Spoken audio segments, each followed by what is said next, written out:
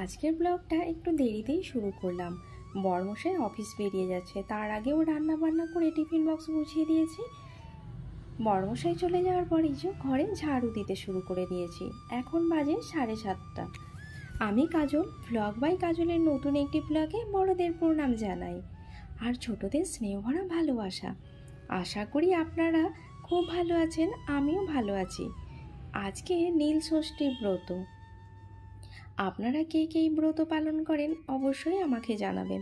আমিও করি, তবে অনেক কিছুই হয়তো পূজার উপাচার এখানে পাই না, মনের ভক্তি দিয়েই করি।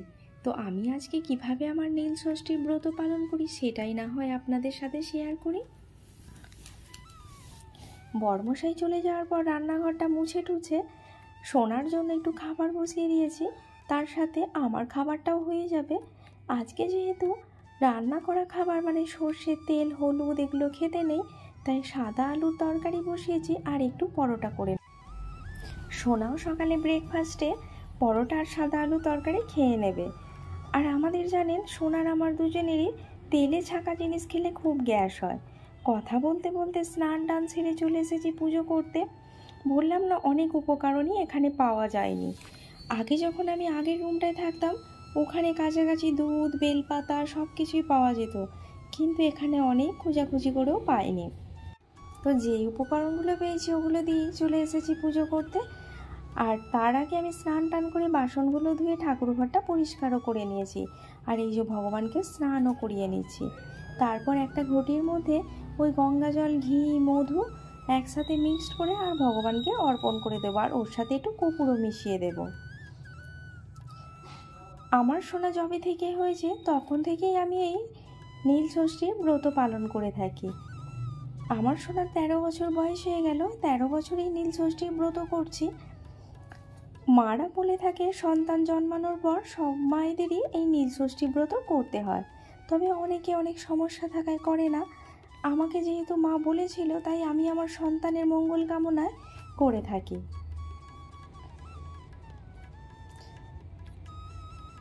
আর এদিকে দেখুন আমি পুজো করছি আর আমার এই যে পোষ্য মিঠুই ওপরে উঠে ওখান থেকে মা মা করে চিৎকার করতে রয়েছে।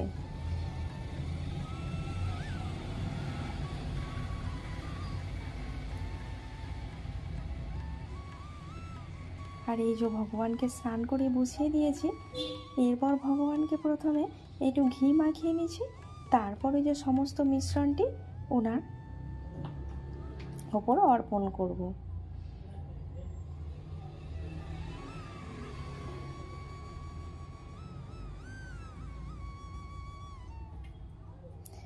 আমার বাড়িতে মায়েরা ব্রাহ্মণ দিয়ে পুজো করায়, এখানে তো ওগুলো সম্ভব নয়। বললাম না যেটুকু পারি সেটুকুই করছি। তারপর এই যে প্রদীপটা জেলে ধূপগুলো জেলে দেব, আর ভগবানকে ওই গঙ্গা জল অর্পণ করার পর বেশ কয়েকটা ফুল দিয়ে দেব। দেওয়ার পর মা বলেছিল গোটা ফল দিতে, তাই বেশ কয়েকটা গোটা ফল এনেছি, ওগুলোও অর্পণ করে দেব। তারপর আমার মনোকামনা ভগবানকে জানাবো, ব্যাস। আরও বেশ কিছু দেবদেবী রয়েছে আমার ঘরে, ওনাদেরও ফুল অর্পণ আর খাবার প্রত্যেক দিন নকুলদানা দিয়ে থাকি। আর যেদিন ফল আনি সেদিন অল্প অল্প দিয়ে থাকি। সেই নকুলদানা আর ফল ওই দুটোই একটু একটু করে প্লেটে তুলে দিয়েছি।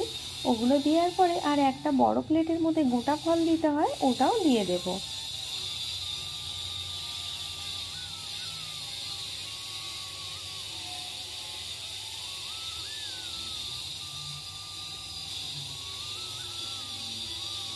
এখানে জানেন ভয়েস দেওয়ার সময় এত শব্দ হচ্ছে যে মনে হয় হয়তো আপনারা ঠিকঠাক শুনতে পাবেন না। আমি যে রুমটাতে রয়েছি তার পাশে একটা খালি জায়গা ছিল, ওখানে বিল্ডিং হচ্ছে, আর এখন জানি না কী কাজ হচ্ছে, তো ভীষণ শব্দ হচ্ছে।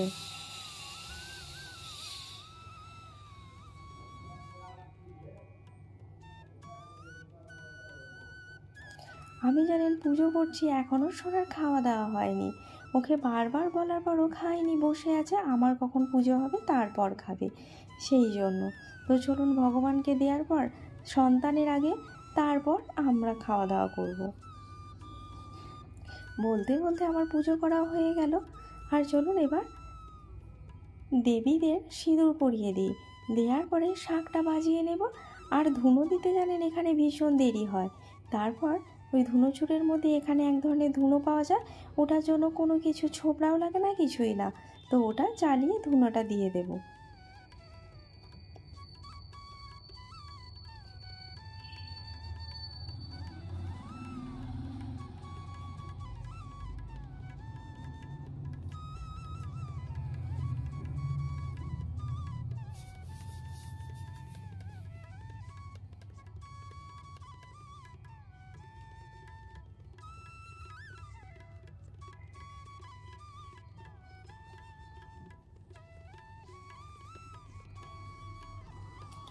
পুজো করা হয়ে গেছে। এরপর সোনার মানে সন্তানদের উদ্দেশ্যে ভগবানের কাছে বাতি জ্বালাতে হয়, তাই আমি সোনার জন্য একটা মোমবাতি আর আমার নতুন সদস্য মানে আমার বলতে পারেন সন্তানই মিঠির জন্য আর একটা মোমবাতি, দুটো মোমবাতি জ্বালিয়ে দিলাম।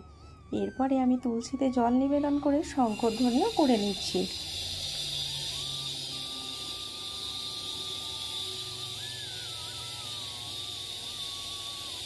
পুজো শেষে চলে এসেছি রান্নাঘরে। আটাটা আগেই মাখা ছিল, কারণ বর্মশাইকে আজকে সকালের টিফিনের জন্য পরোটাই দিয়েছি। তো আটাটা তখনই একেবারে মেখে রেখেছিলাম।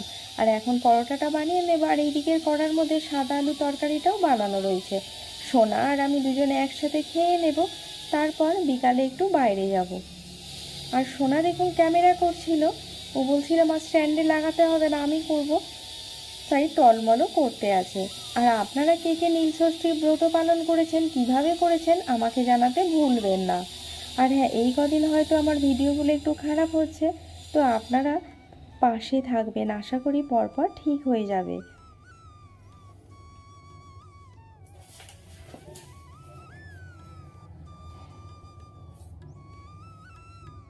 আর মিঠিও জানেন চিৎকার করছে, ও পরোটা খাবে। ওকে তো তেলে জিনিস দেওয়া যায় না, তাই ওর জন্য রুটি বানিয়ে নেব। আর এই যে বিকাল হয়ে গেছে, জামা কাপড়গুলো শুকিয়ে গেছে, এগুলো তুলে নিয়ে একবার সোনাকে নিয়ে বাইরে বেরোবো। আর বেরিয়েও পড়েছি। তো আজকের মতো ব্লগটি এই পর্যন্তই। দেখা হবে আগামীকাল নতুন একটি ব্লগ ভিডিও নিয়ে। ততক্ষণ আপনারা খুব ভালো থাকবেন, সুস্থ থাকবেন। আর হ্যাঁ, যদি চ্যানেলে নতুন হয়ে থাকেন চ্যানেলটি সাবস্ক্রাইব করে পাশে থাকতে ভুলবেন না। আর একটা কমেন্ট করতে ভুলবেন না, লাইক দিতেও ভুলবেন না। তো আজকের মতো বাই বাই বন্ধুরা, দেখা হবে আগামীকাল নতুন একটি ব্লগ ভিডিও নিয়ে। বাই বাই বন্ধুরা, সবাইকে শুভরাত্রি।